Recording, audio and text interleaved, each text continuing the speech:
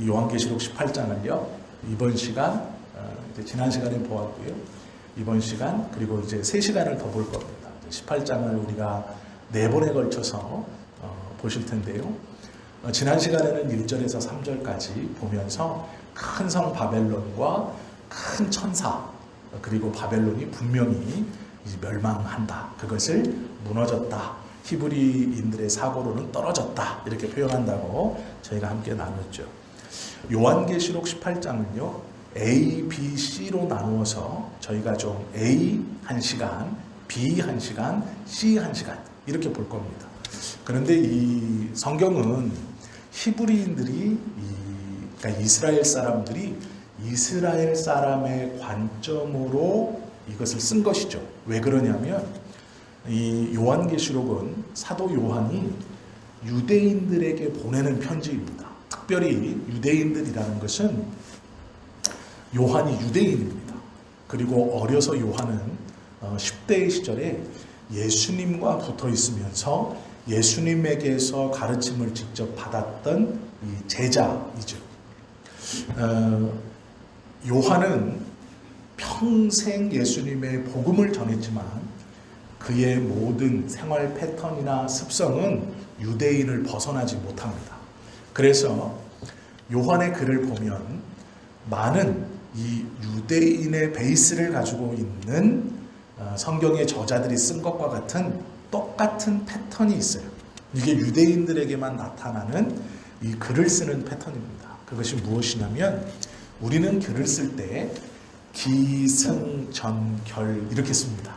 그래서 편지를 쓸 때도 가벼운 인사말을 쓰고 또 둘이 공통적으로 관심을 가지고 있었던 어떤 추억이나 또 그런 걸로 친밀감을 불러일으키고 중간에 하고 싶은 말을 쓰고 그 다음에 이제 마지막에 안부 인사를 묻거나 부탁하는 말을 묻거나 아니면 내가 또 언제 편지를 다시 쓰겠다라고 하고 쓴 사람 이렇게 쓰죠. 이것이 이제 우리들의 대부분 관점입니다. 그런데 이 유대인들은 특별히 성경은 이 샌드위치를 연상케 하는 것으로 글을 쓰고 있습니다. 그게 무엇이냐면 성경의 대부분의 이 장을 보면 앞에 부분과 맨 뒤에 부분이 같은 주제이고 그리고 그 다음 부분과 맨 뒤에서 그 다음 부분이 또 같은 부분이고 가운데만 독립적으로 있는 부분들이 있어요. 그래서 이게 어떻게 되는 거냐면 A, 제일 끝에가 A, 그 다음 B, 또 끝에서 두 번째가 B, 가운데가 C 이렇게 해서 A, B, C, B, A 이렇게 해야 됩니다. 이걸 개념을 가지셔야 돼요.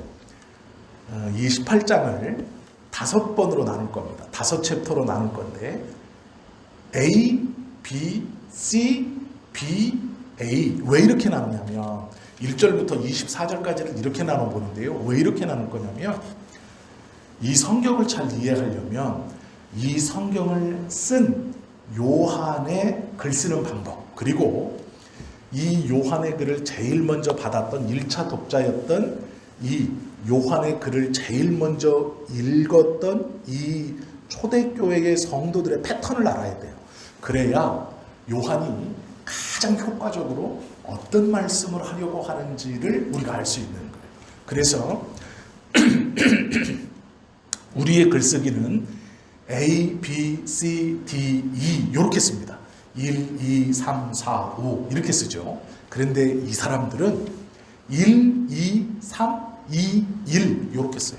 글을. 이게 무슨 얘기냐면 제가 설명을 잘 드릴게요. 이 18장을 나누면 1절부터 3절까지가 바벨론이 멸망한다 라는 주제입니다.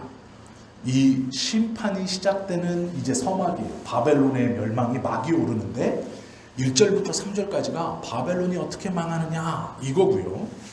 4절부터 8절까지는 하나님의 백성을 향한 호소입니다. 즉 이게 뭐냐면 바벨론이 1절부터 3절까지 이렇게 망할 건데 하나님을 믿는 사람들은 흔들리지 말고 신앙을 잘 지키세요가 4절부터 8절까지예요.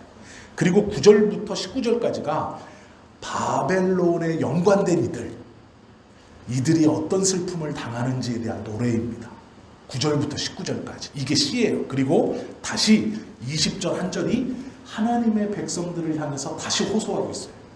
그리고 21절부터 24절까지 바벨론 심판의 결미, 어떻게 심판받는가에 대해서 말하고 있어요. 자, 제가 다시 한번 설명을 잘 드릴게요. 다 잊어버리셔도 되는데 오늘 기억하실 거예요. 제가 이걸 3주 동안 설명드릴 거예요. 성경의 이야기를. 그런데 오늘은 꼭 기억하셔야 되는 게 뭐냐면 바벨론이 확실히 망한다고 성경은 말씀하고 있구나. 그런데 바벨론이 망한다라는 선언을 18장 1절에서 3절 그리고 이 바벨론의 마지막이 어떻게 망하는가를 21절에서 24절에 또 말씀하시는구나. 이렇게만 생각하시면 돼요. 제가 이제 하나하나 설명을 드릴 거예요. 교회에 갔더니 목사님이 계시록을 말씀해 주시는데 하나도 모르겠어. A, B, C, B, A 하는데 모르겠어. 괜찮아요. 몰라도 돼요. 오늘은 제가 설명을 드릴 건데 1절, 3절, 21절, 24절 이걸 설명드리려고요. 이게 왜 중요하냐? 이 18장은요. 한마디로 말하면 바벨론이 망한다가 주제이지만 그 속에 있는 뜻이 있어요. 뜻이 뭐냐면 바벨론이 망한다는 앞뒤로 샌드위치, 햄버거의 빵처럼 앞뒤로 딱 있는 거예요. 바벨론이 망한다, 바벨론이 망한다. 이건데 중요한 건 가운데 있는 거예요. 가운데 있는 게 뭐냐면 하나님의 백성들에게 하는 부탁이 중요해요. 이 가운데 있는 하나님의 백성들에게 하는 부탁. 그리고 그 가운데에 뭐가 있느냐? 요 바벨론의 빌부터 살던 사람들의 당하는 고통이 쓰여져 있어요. 그러니까 우리가 18장에서 꼭 명심해야 되는 것은 바벨론이 망하는구나. 그리고 이 18장에서 우리에게 말씀하시는 하나님을 믿는 백성들에게 주시는 권면이 있어요. 이게 중요한 겁니다. 그러면 이 중요한 건 다음 주에 하고 오늘은 앞뒤를 싸고 있는 이 바벨론의 멸망 이거에 대해서 볼 건데요. 1절에서 3절을 보면 바벨론의 멸망을 무너졌도다 이렇게 얘기해요. 그런데 이건 시적 표현입니다. 무너졌도다는 과거 시제예요. 과거에 있었던 것. 우리가 어떤 것을 보고 있을 때 내 눈앞에서 이 담이라는 게 있는데 이 벽이나 담이 지금 내 눈앞에서 무너지고 있어요. 그러면 어머 무너져 이렇게 말하죠. 내 눈앞에서 지금 무너지고 있는데 무너졌다 이렇게 말하는 사람은 없어요. 이 성경이 지금 아직 무너지지 않은 이 바벨론을 보고 뭐라고 말하냐면 과거로 말해요. 멀쩡히 서 있는데 무너졌도다. 아니 큰 성 바벨론으로 서 있는데 무너졌도다 이렇게 얘기해요. 멀쩡히 서 있는데 과거에 무너졌도다 이렇게 얘기해요. 이게 시적 표현인데요. 과거를 가지고 미래를 확실하게 표현할 때 쓰시는 표현 방법이에요. 그러니까 무너지지 않은 건데 무너졌도다 라고 말하는 거예요. 우리가 사람을 보고 이렇게 말하는 거랑 똑같습니다. 아직 안 죽어요. 건강한데 이렇게 말하는 거예요. 성경에서 모든 사람은 죽는데. 그러면 이 사람은 나는 아직 멀쩡하고 건강한데 내가 죽는다고? 미래에 언젠가는 죽겠지. 지금은 아니잖아. 그런데 이 말을 들은 사람과 듣지 않는 사람은 삶에 대한 느낌이 달라요. 왜 그러냐면 그 전까지 자기는 죽는다는 생각을 해본 적이 없어요. 내가 이렇게 건강한데 이렇게 멀쩡한데 내가 죽는다고? 이 생각을 잘 안 하고 삽니다. 사람은. 그런데 누군가가 어느 날 그 사람에게 눈 똑바로 뜨고 탁 찝으면서 너 저요? 그래 너 성경에서 말하면 너는 죽어. 이렇게 말하면 그때부터 죽는다는 것이 박혀요. 그게 생각이 나는 거예요. 그렇지. 내가 언젠가는 죽지. 이거와 똑같은 거예요. 미래에 일어날 일을 과거 시제로 표현한 건 분명히 일어난다라는 뜻이에요. 그래서 아직 멀쩡한 큰 성 바벨론에 대해서 무너졌도다 성경은 말씀하고 있죠.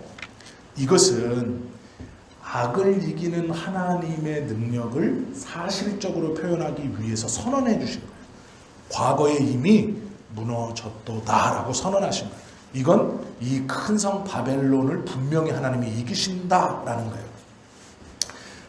우리가 21절부터 24절 말씀을 보세요. 여기 다시 한번 보세요. 제가 읽어드릴게요. 이에 한 힘센 천사가 큰 맷돌 같은 돌을 들어 바다에 던져 이르되 큰 성 바벨론이 이같이 비참하게 던져져 결코 다시 보이지 아니하리로다. 또 검은 곳 타는 자와 풍류하는 자와 퉁소 부는 자와 나팔 부는 자들의 소리가 결코 다시 내 안에서 들리지 아니하고 어떠한 세공업자든지 결코 다시 내 안에서 보이지 아니하고 또 맷돌 소리가 결코 다시 내 안에서 들리지 아니하고 등불빛이 결코 다시 내 안에서 비치지 아니하고 신랑과 신부의 음성이 결코 다시 내 안에서 들리지 아니하리로다.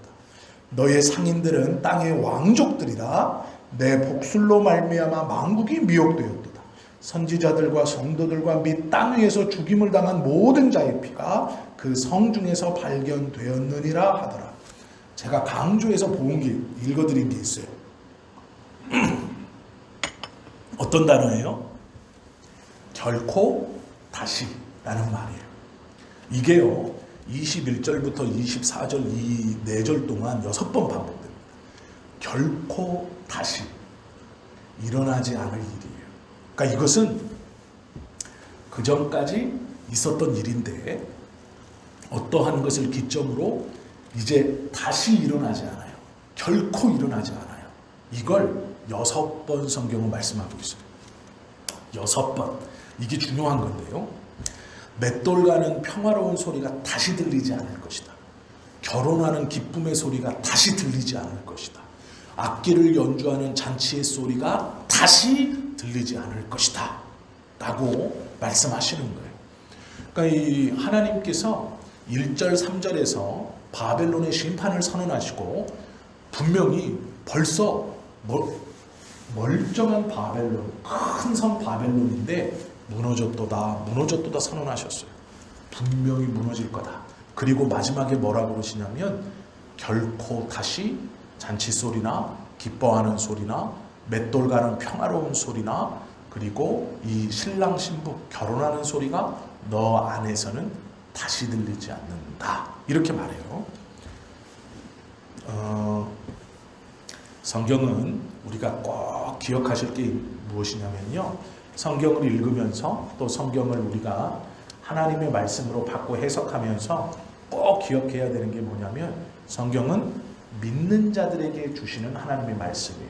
그래서 믿지 않는 자들에 대한 저주가 기록되어 있다 할지라도 그 믿지 않는 자들에 대한 저주를 우리는 나에게 주시는 것으로 받는 게 아니고 그 믿지 않는 자들이 받는 두려움의 그 저주에 대해서 내가 받지 않음을 감사하는 거예요.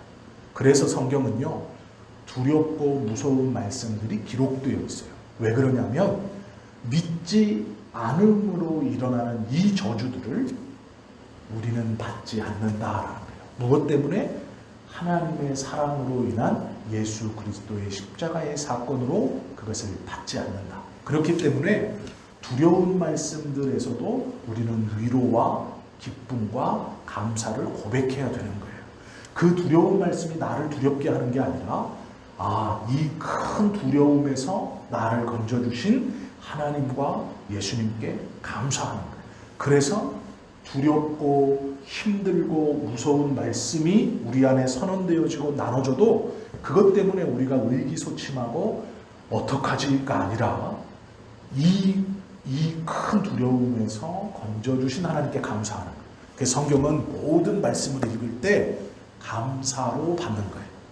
그것이 나에게 이루어짐에 감사하고 나와 상관없음에 감사하는 거예요. 오늘 이제 이 18장을 보시면 왜 이렇게 말씀하시는가를 알 수 있어요.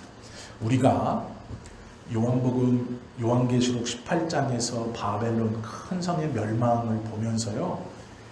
이 철옹성과 같은 큰 성이라고 말하고 화려하고 이 세상이 안 망할 것 같잖아요. 우리 눈에는 안 망할 것 같아요. 우리 눈에는 절대로 이 세상은 망할 것 같지 않아요. 그런데요, 하나님께서 이 세상에 대한 심판을 선언하셨어요. 왜 선언하셨느냐? 듣고 계시지 않는 것 같은 믿는 자들의 기도 때문이에요. 그게 요한계시록 6장에 있어요. 제가 읽어드릴게요. 6장 9절에서 11절 말씀을 보면 이렇게 써 있어요. 다섯째 인을 떼실 때에 내가 보니 하나님의 말씀과 그들이 가진 증거로 말미암아 죽임을 당한 영혼들이, 이게 믿는 사람들의 영혼이에요. 하나님의 말씀과 그들이 가진 증거로 말미암아 죽었대요. 즉 이게 뭐냐면 신앙 때문에 죽은 영혼들, 이 당시 1세기에는 믿음 때문에 죽어가던 성도들이에요. 이 성도들이 죽으면서 얼마나 하나님 앞에 부르짖고 기도했겠어요. 주님 다시 오십시오. 주님 나를, 내 자녀를, 내 남편을, 내 아내를, 내 부모를 이 고통과 이 핍박에서 건져 주십시오라고 얼마나 많이 기도했겠어요. 우리를 핍박하는 이 거대한 악에서 하나님 건져 주십시오라고 얼마나 많이 기도했겠어요. 그러나 그들은 비참하게 죽어갔죠. 우리의 생각에는 내가 고통받을 때 하나님이 어디 계실까? 이 거대한 세상의 악이 악한 것으로 나에게 밀어붙이고, 나뿐 아니라 내 주변의 믿음의 사람들에게 밀어붙이고, 저들에게 그 커다란 악으로 큰 고통을 줄 때 하나님이 어디 계시냐? 이렇게 말하죠. 그러나 성경은 이렇게 기록합니다. 죽임을 당한 영혼들이 제단 아래에 있어 큰 소리로 불러 이르되, 제단 아래에서 그 영혼들이 크게 외치는 거예요. 뭐라고 외치냐면 거룩하고 참되신 대주제여, 땅에 거하는 자들을 심판하여 우리 피를 갚아 주지 아니하시기를 어느 때까지 하시려 하나이까 하니 라고 기록되어 있습니다.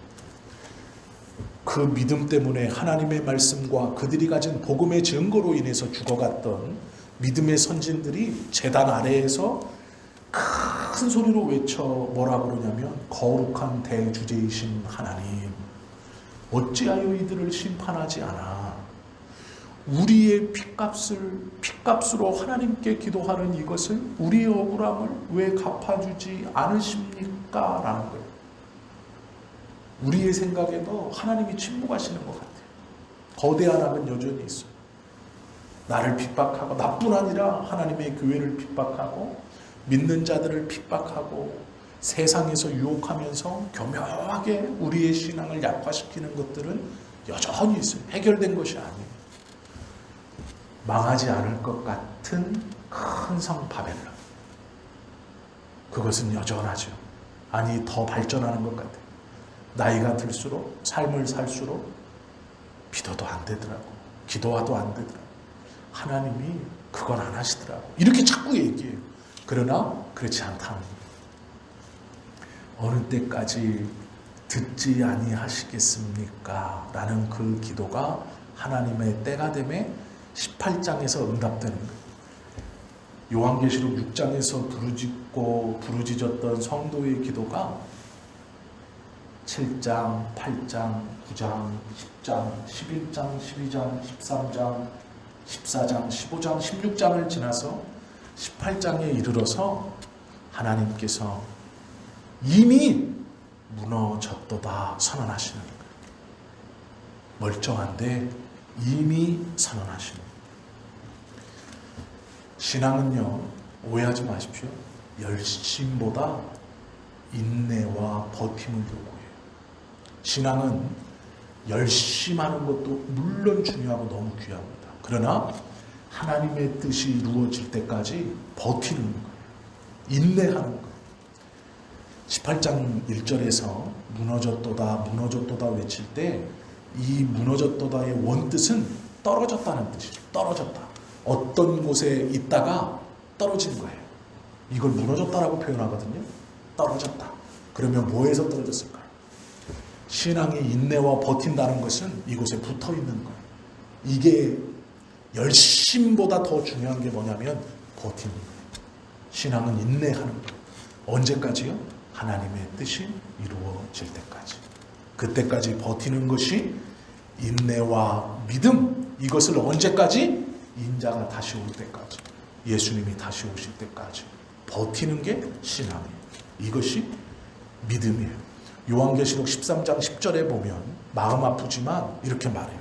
사로잡힐 자는 사로잡혀 갈 것이요. 사로잡히는 자는 사로잡힌대요. 칼에 죽을 자는 마땅히 칼에 죽을 것이니. 구해달라고 아무리 소리쳐도 사로잡힌다. 살려달라고 아무리 애원해도 칼에 죽을 자는 마땅히 죽는 거예요. 그런데 그 다음 구절이 사람을 미치게 만들어요. 뭐냐면 성도들의 인내와 믿음이 여기 있느니라. 이게 요한계시록 13장 10절의 말씀. 사로잡힐 자들은 사로잡힐 것이요 칼에 죽을 자는 마땅히 죽을 것이니 안 구해 주신다는 거예요. 사로잡혀가고 죽어가는 거예요. 그런데 그 다음 말씀이 놀라워요. 성도들의 인내와 믿음이 여기 있느니라. 사로잡히는 곳에 성도들의 믿음이 있고 칼에 마땅히 죽는 곳에 성도들의 인내와 믿음이 있다. 성도들의 인내와 믿음이 여기 있느니라. 내 차례 기다리면서 버티는 거예요. 내가 사로잡혀 가는 시간인가? 가는 거죠. 내가 칼에 맞아 죽는 시간인가? 죽는 거죠. 믿음의 선진들이 내 앞에서 잡혀갖고 내 앞에서 죽었어요. 이제 내 차례인 거예요. 구해달라고 해도 안 구해준대요. 그러면 얼른 하나님 버리고 바벨론으로 뛰어가야죠. 내가 여기서 이렇게 비참하게 믿음 지키다가 나를 구해주시지도 않은 하나님 내가 의지하다가 이렇게 앉아서 당할 수는 없지. 빨리 가야죠. 이걸 어떻게든 막아야죠. 세상을 나가야죠. 머리를 써야죠. 하나님이 원치 않는 방법들을 끌어당겨야죠. 화려하게 누리고 먹고 마시고 하고 살아야죠. 어차피 끌려갈 때 끌려가고 죽을 때 죽을 건데. 아니요, 그렇지 않대요. 성도들의 인내와 믿음이 여기 있느니라. 잡혀가는 것에 있고 칼에 맞아 죽는 것에 있대요. 그것이 인내와 믿음이에요. 계시록에서는요, 승리를 우리에게 선언해 주시는데 그 승리가 우리 안에 이루어질 때까지, 주님이 오시면 승리하는데 그 승리가 이루어질 때까지 우리에게 원하시는 게 뭐냐? 인내와 믿음이에요. 버티고 서 있는 겁니다. 신앙이라는 것은 하나님이 시시비비를 가려주실 것을 기대하고 열심보다 버텨가는 거예요. 지켜가는 거예요. 믿음은 하나님의 때를 기다리며 누가 더 끝까지 인내하는가의 싸움이에요. 나의 믿음이 좋다라는 것은 하나님께서 해결해 주실 때까지 버텨가는 거예요. 누가 더 잘 버티느냐? 누가 더 그 자리에 있느냐? 누가복음 18장에 보면요, 불의한 재판관이 나와요. 우리가 그것을, 이 과부의 비유를 끝까지 기도하라고 해석을 하죠. 그러나 잘 보셔야 돼요. 똑같은 이 누가복음 18장에 보면 이 이야기를 한 다음에 예수님이 뭐라 그러냐면 인자가 올 때에 세상에서 믿음을 보겠느냐 이렇게 말해요. 끝까지 매어 달릴 수 있는 사람이 없다 이렇게 말하십니다. 이 과부처럼요, 자신의 뜻을 이룰 때까지 끝까지 붙들 사람이 없다. 그러나 꼭 기억해요. 하나님은 그 기도를 기억하신다. 듣지 않는 것 같은 그 기도, 성도의 부르짖음을 기억하시고 심판하시기 시작하신다라는 거예요. 우리가요, 하나님에 대한 믿음을 확실히 갖기 위해서 깨달아야 되는 게 있어요. 그게 뭐냐면 이 바벨론의 정체예요. 겉으로 보여지는 화려함과 함께 그 내부에 어떤 모습이 있는가를 확인하면 돼요. 성경은 바벨론을 가리켜 무너진다라고 선언했는데 우리 눈에 보기에 세상은요, 이 악은 영원할 것 같아요. 너무 견고한 선이에요. 그러나 현신에 들어가면 바벨론의 힘은 공룡처럼 크죠. 우리가 이길 수 없을 것 같죠. 그렇지 않아요. 그래서 우리는 때로 바벨론에 붙어 사는 게 현명하다고 생각해요. 적당히 머리 쓰고 타협하고 적당히 신앙도 적당히 세상에 누리는 것도 세상의 타협도 적당히. 왜요? 이 세상이 끝나지 않을 것 같으니까. 우리 민족은요 놀라운 경험을 한 적이 있어요. 좋은 일은 아니지만 참 죄송한 얘기입니다. 우리는 일본에게 나라를 빼앗겨서 나라가 없어졌던 적이 있죠. 약 40년 넘게. 보통 한 세대를 30년으로 봅니다. 그러면 일본이 우리나라에 들어와서 자신의 마음대로 한 기간이 40년이면 한 세대가 넘었다는 거예요. 우리가 소위 말하는 친일파들이 있어요. 지금은 많이 돌아가셨지만 그 친일파의 후손들이 아직도 있죠. 그런데 이 친일파를 연구하는 사람들, 그리고 그 사람들 중에도 똑똑한 사람들이 많아요. 이 사람들이 쓴 글을 보면 자신이 친일을 한 이유가 써 있어요. 왜 친일을 했을까요? 일본은 망한다고 생각을 안 해봤어요. 처음에 일본이 우리나라에 왔어요. 전쟁을 하네요. 우리나라 사람들은요 일본이 곧 망할 줄 알았어요. 왜냐하면 조선 내내 일본 무시했거든요. 저 섬나라 저 키도 작은 애들이 뭘 그래 지금은 잠깐 이럴 수 있지. 근데 우리나라가 어떤 나라인데 5,000년을 이어온 나라인데 금방 몰아내지. 그런데 몇 년이 지나니까 저 중국하고 전쟁했는데 중국을 몰아내고 만주에다 나라를 세웠대요. 우리 위쪽에다가. 우리는 삼면이 바다고 위만 육지인데 그 위에다가 나라를 하나 더 세워서 우리 머리를 막고 있는 거예요. 그러면 안에 있는 사람들은 그 얘기를 듣고 일본이 망할 줄 알았는데 안 망하네. 일본은 전쟁에서 계속 이겨요. 필리핀 이런 전쟁에서 계속 이기죠. 만주국은 강력해지죠. 우리나라는 일본이 이제 뭐 언어도 그렇고 해서 지배한 지 벌써 10년, 20년 돼가면서 한국말, 일본말 쓰는 사람이 나오죠. 학교 갔더니 교사가 칼차고 일본어 가르치죠. 그게 10년, 20년, 30년 되니까요. 우리나라 사람들의 머릿속에 일본은 망한다는 생각을 안 해봤어요. 그래서 처음에 일본이 망할 거라 기대하고 저항하던 사람들이 돌아서요. 친일파들이 대부분 그래요. 처음엔 저항하다가 나중에 돌아서요. 왜요? 망한다는 생각이 안 들거든요. 아니 일본이 영원할 건데 그럼 일본 편에 서서 살아야죠. 그러면 누가 그 일본에 거부하고 누가 어떤 사람이 그 정책에 반대하고 그럴까요? 일본이 망한다고 믿는 사람만 거부하는 거예요. 일본이 망한다고 믿는 사람만 독립운동하는 거예요. 일본이 망할 거라고 믿고 있는 사람만 저항하는 거예요. 안 망하는데 무슨 저항을 해요? 거기서 맞춰서 살아야죠. 일본의 세상인데 우리나라는 그 개념을 했죠. 그리고 놀랍게도 해방을 맞아요. 그때 이 글들이 보면 대부분 다 그래요. 망하지 않을 것 같은 일본이 망했다는 거예요. 평생 일본에게 붙어서 잘 먹고 잘 살 거라고 생각했던 사람들이 해방을 맞으면서 변절자라는 소리를 듣고 손가락질을 받고, 근데 그 사람들은 그래요. 나는 망할 줄 몰랐어. 아니 내 나라는 망했고 새로운 나라가 망하지 않을 것 같아서 그 새로운 나라에 적응해서 살았는데 내가 무슨 잘못이야. 이렇게 얘기하는 거예요. 우리는 그런 경험이 있죠. 이 경험이요 똑같아요. 망하지 않을 것 같은 세상, 망하지 않을 것 같은 바벨론. 누가 저항할 수 있습니까? 망한다고 믿는 자만 저항하는 거예요. 일본이 망한다고 믿는 자가 저항한 것처럼 이 바벨론, 이 세상이 망한다고 믿는 사람만 저항하는 거예요. 망한다고 믿는 사람만 하나님 말씀을 붙들고 그래 망할 거야 라고 거부하는 거예요. 저항하는 사람이 누구예요? 바벨론이 망한다고 믿는 사람들이에요. 이제 하나님의 나라가 이루어진다고 믿는 사람들은 저항하는 거예요. 왜 세상과 적당히 타협하며 사느냐? 안 망할 것 같거든요. 아무리 내가 믿는다고 하나님의 말씀이 맞다고 고백해도 내 경험에 내 눈에 세상은 안 망할 것 같거든요. 너무 화려하고 너무 크고 이 거대한 악은 망하지 않을 것 같거든. 영원할 것 같거든. 그러니 적당히 타협하고 사는 거예요. 그러면 누가 기도하고 누가 찬송하고 누가 신앙 안에 사느냐? 망할 거라고 확신하는 사람, 믿는 사람, 저항의 자리에 버티고 서 있는 자예요.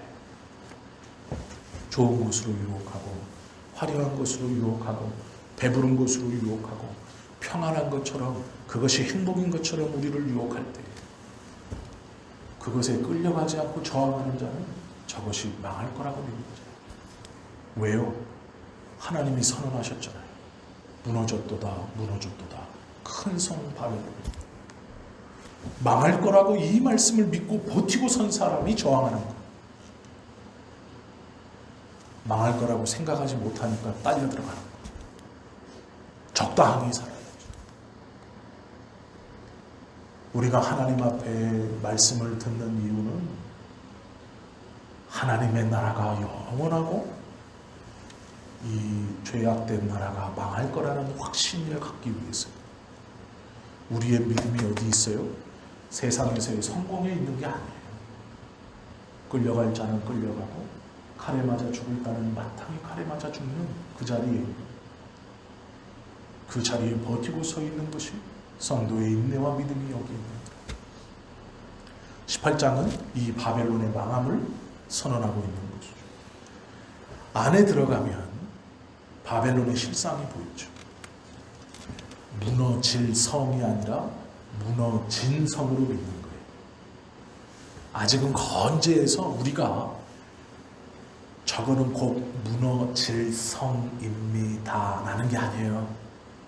이것도 좋은 신앙인이지만 저건 이제 곧 무너질 성입니다 뿐만 아니라 하나 더 갖고 있어요. 그게 뭐냐면 이미 무너진 성입니다. 왜요? 하나님이 선언하셨기 때문에. 이것이 믿음이 무너질 성이면서 무너진 성입니다 할 때 저항하고 버티고 섰는 거예요. 왜요? 곧 망할 거잖아요. 내가 조금만 버티면 돼요. 내가 조금만 인내하면 돼요. 우리 주님이 이제 곧 오실 거예요. 아, 바벨론이 무너졌구나. 그때 버티는 거예요. 18장 1절을 우리가 함께 읽는 순간 무너졌도다 무너졌도다 라는 말을 듣는 순간 우리의 마음에서 바벨론이 무너졌구나, 무너질 성이면서 무너진 성이구나 할 때 기뻐하며 버티고 섰는 거예요. 이제 곧 주님이 오신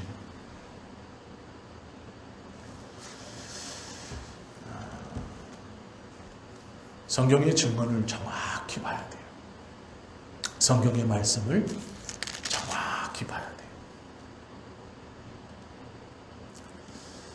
하나님께서 이 요한계시록 18장을 통해서 우리에게 주시는 메시지가 있어요. 이제 짧게 제가 한 10분 내외로 이걸 설명해 드릴게요. 오늘 이 말씀이 중요한 게 이것 때문이거든요. 사람에게는요 1탄, 2탄이 있어요. 1탄, 2탄. 이게 제가 말씀드리고 싶은 건데, 이 요한계시록 18장을 보면 1탄, 2탄이 중요하다는 걸 알게 돼요. 이게 뭐냐?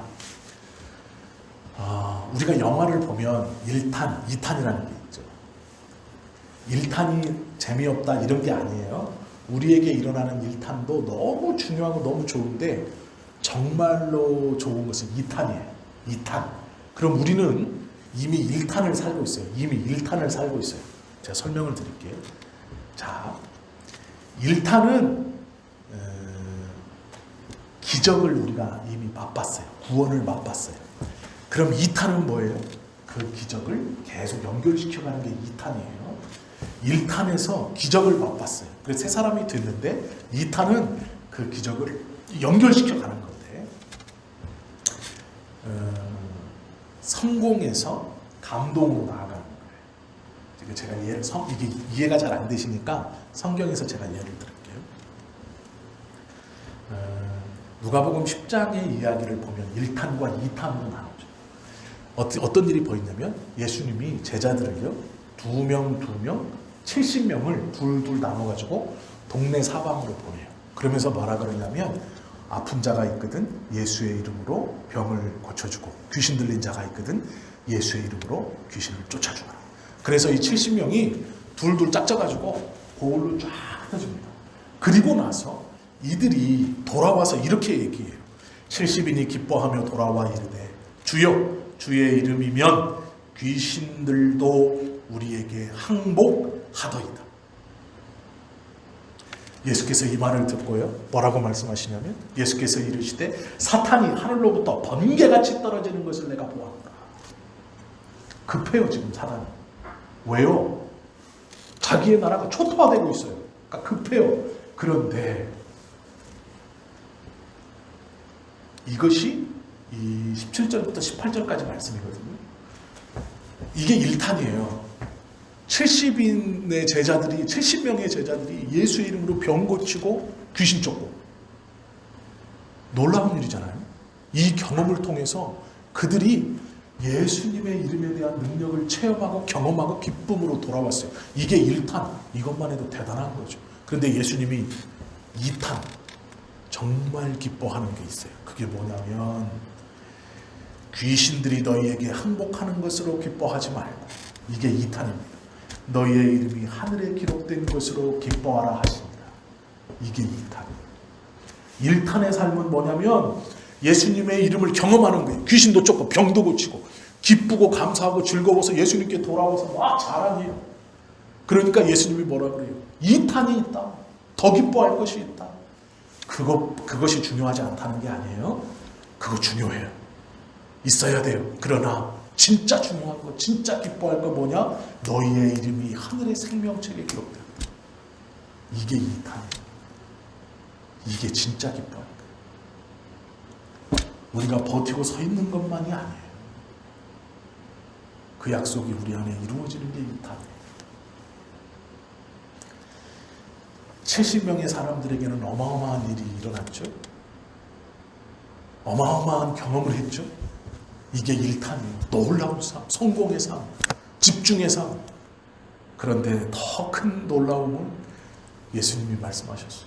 그것으로 기뻐할 것이 아니라 너희의 이름이 하늘의 생명책에 기록된 것으로 기뻐할 것이라. 이게 2탄이에요. 이게 우리가 살아가야 되는 삶이에요. 성경은요, 이런 얘기가 하나 더 있어요. 사도행전에 보면 바울과 실라가 복음을 전하다가 잡혀서 감옥에 갔어요. 이제 갇혀 있습니다. 지금 감옥이라고 생각하시면 안 돼요. 옛날 감옥은 그냥 땅 속에다가 이렇게 굴처럼 파놓고 그냥 이렇게 방만 해놓고 문만 달아가지고요. 뭐 불도 없고 캄캄해요. 중간중간 횃불만 없으면 그냥 땅 속에 있는 거예요. 아무것도 안 보여요. 햇빛도 들어오지 않아요. 그런 데다가 가둬놓은 거예요. 바울과 실라가 잡혀 들어갔습니다. 갇혀 있어요. 근데 바울과 실라가 거기서 찬송하고 기도해요. 놀라운 일이 벌어져요. 옥문이 열립니다. 이게 1탄이에요. 옥문이 열려요. 이게 얼마나 놀라운 경험이에요. 기도하고 찬송했더니 옥문이 활짝 열려버렸어요. 사도행전 16장 말씀 보면 이런 말이 있어요. 한밤중에 바울과 실라가 기도하고 하나님을 찬송하며 죄수들이 듣더라. 이에 갑자기 큰 지진이 나서 옥터가 움직이고 문이 곧 다 열리며 모든 사람의 매인 것이 다 벗어진지라. 이게 1탄이에요. 옥에 갇혔는데 찬송하니까 옥문이 싹 다 열리고 잡고 있던 착고가 다 풀려버렸어요. 얼마나 놀라운 삶이에요. 이게 1탄인데 바울은 2탄을 살아요. 2탄을 써내요. 2탄을 보여줘요. 그게 뭐예요? 그 다음 말씀. 간수가 자다가 깨어 옥문들이 열린 것을 보고 죄수들이 도망한 줄 생각하고 칼을 빼어 자결하려 하거든. 1탄의 삶이 놀랍죠? 간수가 보니까 옥문이 다 열려 있어. 죄수들 다 도망갔다. 칼 빼갖고 죽으려고 그러니까 2탄의 삶을 살아요. 바울이 크게 소리질러 이르되 내 몸을 상하게 하지 말라. 우리가 다 여기 있노라. 이게 2탄이에요. 믿는 자가 살아야 되는 삶이에요. 도망가는 게 2탄이 아니고요. 하나님의 역사가 일어난 그곳에서 하나님의 뜻, 하나님의 역사가 일어났는데 간수가 죽어요. 이게 어떻게 하나님의 역사예요? 버티고 서 있는 거예요. 그 버티고 있는 우리가 다 여기 있노라. 그 뒤에 무슨 일이 벌어져요? 간수와 그의 가족들이 복음으로 인하여 구원받아. 이게 2탄이에요. 계시록을 통해 우리에게 말씀하시는 삶은 이거예요. 큰 성 바벨론 무너질 거다. 무너질 거니 저항해라. 영원하지 않다. 너희는 저항해라. 그러나 저항만 해서 사는 삶이 아니에요. 하나님의 나라가 이루어지는 것을 누리며 사는 거예요. 하나님의 나라는요, 이 땅에서 패잔병처럼 살다가 고개 푹 숙이고 들어가 기뻐하는 나라가 아니에요. 이 땅에서도 고개 탁 들고 승리자처럼 살다가 당당하게 들어가는 게 하나님의 나라예요. 예수님은 이미 우리에게 1탄을 주셨어요. 우리가 살아가는 건 1탄의 만족이 아니에요. 너무 귀하지만 2탄이에요. 2탄. 우리가 다 여기 있노라. 버티는 거예요. 그리고 나를 통해 구원을 이루어 가실 그 하나님을 기대하고 쓰임받는 것. 그것이 하나님이 우리에게 첫 번째의 은혜를 주신 이유예요. 우리에게 구원을 주신 이유. 그 구원을 받고 도망가는 게 아니에요. 편한 곳으로. 그곳에 서서, 그곳에 버티어 서서, 그 죄악 가운데 그 고통의 길에 버티어 서서 하나님의 뜻이 나를 통해 이제 이루어짐을 기대합니다. 귀신 쫓고 병 고치는 게 기뻐할 것이 맞지만 그것만이 아니라 하늘의 생명책에 이름이 기록된 것으로 기뻐해야 하는 이 1탄, 2탄의 삶처럼 찬송하니 옥문이 열리고 착고가 풀린 것으로 기뻐해야 하는 건 맞지만 그 자리에 버티고 서서 하나님이 나를 통해 간수와 그의 가족들을 구원하실 것을 이루어내는 삶, 우리의 삶이 그런 삶이에요. 계시록은 그걸 말하고 있어요. 바벨론이 멸망한다. 그것을 믿느냐? 그러면 저항하고 섰는 거예요. 곧 망할 것, 나는 버틴다라는 거예요. 믿음으로 찬송하며 버팁니다. 그런데 단순히 버티는 것만 아니라 그 자리에서 하나님이 우리를 통해 이루어 가신 나의 그 작은 기도와 나의 그 작은 바램과 나의 그 작은 예배와 찬송을 통해 역사를 이루어 가실 그 하나님이 원하는 삶을 사는, 버티고 섰는 것만이 아니라 버티는 것도 대단하지만 그것만이 아니라 하나님이 나를 통해 이루어 주시는 이 뒤의 삶을 살아가는 것입니다. 우리는요, 사람의 수가 중요한 게 아니에요. 누가 2탄을 사느냐가 중요해요. 1탄의 삶을 사는 사람들 많아요. 우리 또한 그 은혜를 받았어요. 그러나 적은 무리지만 우리가 이 말씀을 함께 받으면서 하나님, 내가 이 두 번째 예상 구원의 은혜를 경험했고 이제 이 자리에 버티고 있어서 이 큰 악인 성인 바벨론이 망한다는 것을 믿고 내가 저항하며 버티고 서겠습니다. 그것뿐만 아니라 나를 통해 이루어 가실 하나님의 비전, 하나님께서 역사하심을 붙들겠습니다 하는 거죠. 옥문이 열려도요, 그 자리에 가만히 서서 간수의 죽음을 방관치 않는 것, 우리가 다 여기 있노라 라고 말하며 그 간수의 가족을 구원하는 것, 그것이 우리가 해야 하는 일이에요. 이 금요일 저녁에 나와서 말씀을 나누고 기도하는 우리가 마땅히 해야 하는 거죠. 이 귀한 은혜의 삶을 사시는 권사님들 또 제가 될 수 있기를 예수님의 이름으로 축원합니다. 기도드립니다.